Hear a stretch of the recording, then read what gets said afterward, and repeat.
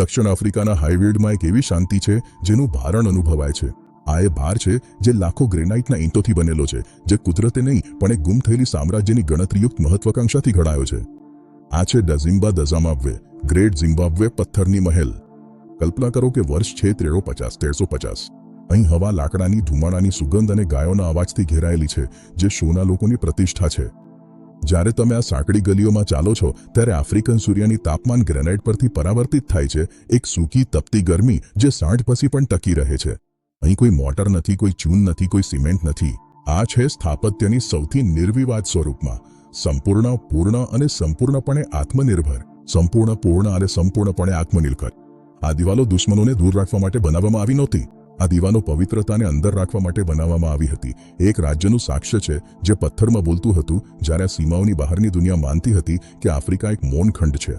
આ શહેરને સમજવા માટે આપણે હિલ કોમ્પ્લેક્સ તરફ જોવું પડશે. આ છે લુક સેન્ક્ટસ, પવિત્ર સ્થાન. આ 100 મીટર ઊંચા ગ્રેનાઇટના કબજો ઉપર બેસેલું છે. એક કુદરતી કિલ્લો જ્યાં રાજામ વેને મોટાપા પોતાના વિશ્વને નીચે જોઈ શકતા હતા. આ ઇજનેરી સ્થાનિક કુશળતા, જન્મજાત પ્રતિભા અને શોધખોળનું અદ્ભુત ઉદાહરણ હતું. શોના મેસનો એક તકનીક વાપરતા હતા જેને ફાયર સ્કેલિંગ કહેવામાં આવે છે. તેઓ ગ્રેનાઇટની પહાડીઓ સામે વિશાળ અગ્નિ પ્રગટતા. જ્યાં સુધી પથ્થર અંદરથી ગરમ થઈને તેજસ્વી ન થઈ જાય પછી તેને પાણીથી ઠંડુ કરતા. આ થર્મલ શોકના કારણે પથ્થર પાતળા અને સમાન પટ્ટાઓમાં તૂટી જતું. જોડાણોને ધ્યાનથી જુઓ. આ ચોકસાઈ અદ્ભુત છે. આ દિવાલો સીધી રેખામાં નથી બનેલા. આ દિવાલો ભૂદ્રશ્યની કુદરતી વક્રતાને અનુસરે છે અને લહેરાતા ટેકરાઓની નકલ કરે છે. આ દિવાલોમાં એવી માળખાકીય મજબૂતી છે કે જે 7 સદીથી ગુરુત્વાકર્ષણને પડકાર આપી રહી છે. આ પર્વત અને મેસન વચ્ચેનો સંવાદ છે, જ્યાં પથ્થરને જીતવામાં આવ્યો નથી પણ ઊભા રહેવા આમંત્રિત કરવામાં આવ્યો છે. આ પર્વત અને મેસન વચ્ચેનો સંવાદ છે, જ્યાં પથ્થરને જીતવામાં આવ્યો નથી પણ ઊભા રહેવા આમંત્રિત કરવામાં આવ્યો છે. આ પર્વત અને મેસન વચ્ચેનો સંવાદ છે, જ્યાં પથ્થરને જીતવામાં આવ્યો નથી પણ ઊભા રહેવા આમંત્રિત કરવામાં આવ્યો છે. ટેકરીની નીચે છે ગ્રેટ એન્ક્લોઝર, જે ઉપસહારા આફ્રિકામાં સૌથી મોટું પ્રાચીન માળખું છે. તેની બાહ્ય દિવાલ 250 મીટરથી વધુ લંબાયેલી છે. અંદરનું હવા ઠંડી છે કારણ કે પથ્થરની વિશાળ થર્મલ માસ દ્વારા તે ફસાઈ ગઈ છે. છાયામાં ઊંડે છે કોનિકલ ટાવર. આ મકાન મજબૂત પથ્થરનું બનેલું છે, જેનો વ્યાસ 18 ફૂટ છે અને ઊંચાઈ 30 ફૂટ છે. તેમાં કોઈ દરવાજા નથી, કોઈ બારી નથી અને કોઈ ખાલી કેન્દ્ર નથી. તે એક સિગિલમ છે, શક્તિનું મુદ્રા છે. શું તે અનાજના ગોડાઉનનું પ્રતીક હતું જે રાજાની પૂર્તિદાતા તરીકેની ભૂમિકા દર્શાવે છે, અથવા તે વંશવૃદ્ધિ અને રાજવી વંશ પરંપરાનું પ્રતીક હતું? જ્યારે તમે પેરેલલ પેસેજમાં ઊભા રહો છો ત્યારે ઉપર આકાશ માત્ર એક પાતળી નીલી પટ્ટી તરીકે દેખાય છે. શહેરનો શોરબકોર, વ્યાપારીઓની બૂમો અને અનાજ દળવાનો અવાજ અહીં શાંત થઈ ગયો હોત. તેની જગ્યાએ એક ગંભીર અને શ્રદ્ધાભર્યું મૌન છવાઈ ગયું હોત, જે માત્ર ખાસ લોકો માટે જ હતું. સદીઓ સુધી યુરોપિયન સંશોધકોએ ઊંડા અજ્ઞાન અને અવગણનાનો સામનો કરવો પડ્યો હતો. એઓએ આ દિવાલોને જોયા અને તેમાં ફિનિશિયન લોકોનું કાર્ય કે રાજા સોલોમનને બાઇબલમાં વર્ણવાયેલા સોનાના ખાણો જોઈ કાઢ્યા. તેઓ ખોટા હતા. પુરાતત્વશાસ્ત્રે સત્યને બહાર કાઢ્યું છે. ગ્રેટ ઝિમ્બાબ્વે કોઈ એકલદોકલ કિલ્લો નહોતો. તે મધ્યયુગીન મહાસત્તા હતું. તે વેપાર જાણું ધડકતું હૃદય હતું જે ભારતીય મહાસાગરની કિનારાઓ સુધી વિસ્તરેલું હતું. આ બજારોમાં સ્થાનિક ગાયના છાણની સુગંધ વિદેશી લોબાન અને ભૂગલની સુગંધ સાથે મિશ્રાઈ જતી હતી.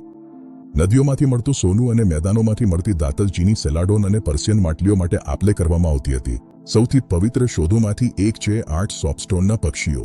આ છે મધ્યસ્થ, જીવતો અને પૂર્વજો વચ્ચેના દૂત. દરેક પક્ષી માનવ અને પક્ષીગત લક્ષણોની અનોખી ભેળવણી. લગભગ 18,000 આત્માઓના શહેર પર નજર રાખતા એક રક્ષક તરીકે ઊભા હતા.